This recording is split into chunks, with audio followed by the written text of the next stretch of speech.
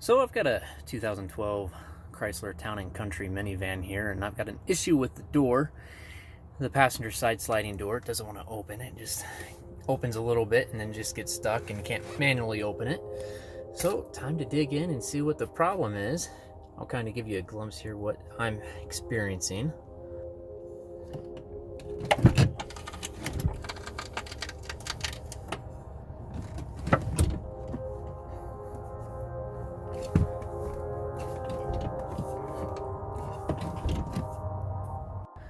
So that's the issue. So I'm gonna take the door panel off and see if I can't get the bottom roller there taken off the door so I can open it up and see what the actual issue is.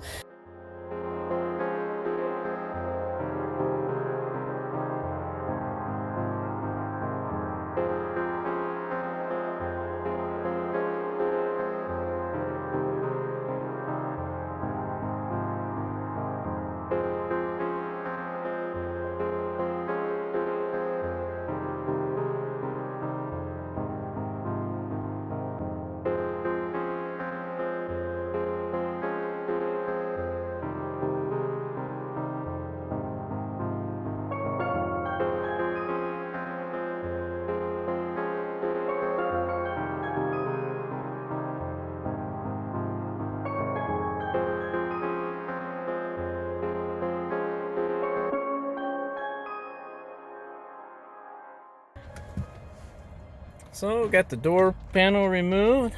I'll set it off to the side here, but you can give you a quick shot of all the little catch pins in there. That's on the back side of the door panel there. And you can see where they were on the door themselves. Straight down here. There. All over the place there. A little pain on this vehicle. It looks like I had one left in there, but this is what I'm after right here. I want to remove these 3 bolts right here so I can pop the door off that bottom roller there and hopefully be able to get to the track assembly, which is underneath here. Let's see what we got. Before I got too far, I wanted to make sure I disconnected this wiring harness right here from the door. That way when I take the door off there, it doesn't hang on that. So it does appear that that cable is giving me a little bit of tension. So I popped up here, pulled the foam back here, and then popped this little cover off right here. As you can see, used a little pick to get in there and pop the tabs up, and it snapped right off. Now we'll just get in here and pop the cable out of its little spot right there. As you can see, that should allow that, and that pops out, and we can just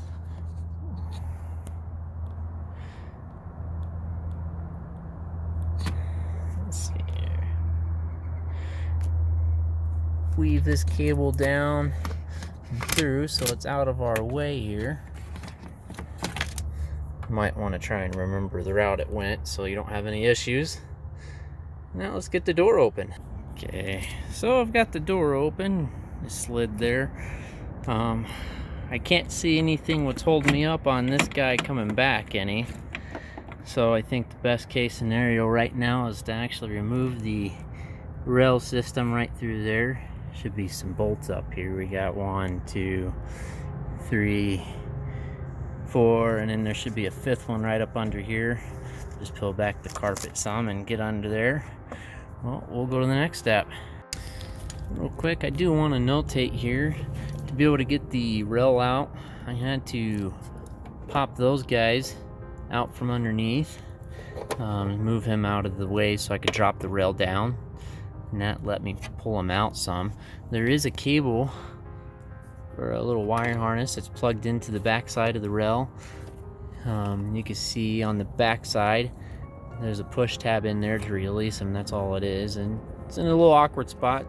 It's going to take a little extra force, but once you get that out the way, it shouldn't be too bad. I did pop the wiring harness off the top of the roller assembly itself. Just used a screwdriver, popped them up underneath, and I do have the weather trim here pulled off to the side here so it wouldn't get bunched up or cause any issues. So real quick guys, as I was putting this video together, I came across a slight issue. The video I had for what damage happened to my sliding door motor was missing or gone. Kind of sucks, but I did have a photo of the problem here and hopefully you guys can see it. Looks like the two cable ends got wrapped around each other and locked up the motor, so couldn't open the door past 2 inches, causing me to have to replace the whole unit. Anyways, on to the next section. You can see I've got the new one next to the old one. There's a couple things I'll have to take off the old one and switch over. Looks like I'll have to pop this guy off, switch him over, and get the control module over here switched over as well. Okay, so I've got everything hooked up, wires, the cables, everything in there. I'm just going to test the door a couple times. Looks like it's shutting on its own.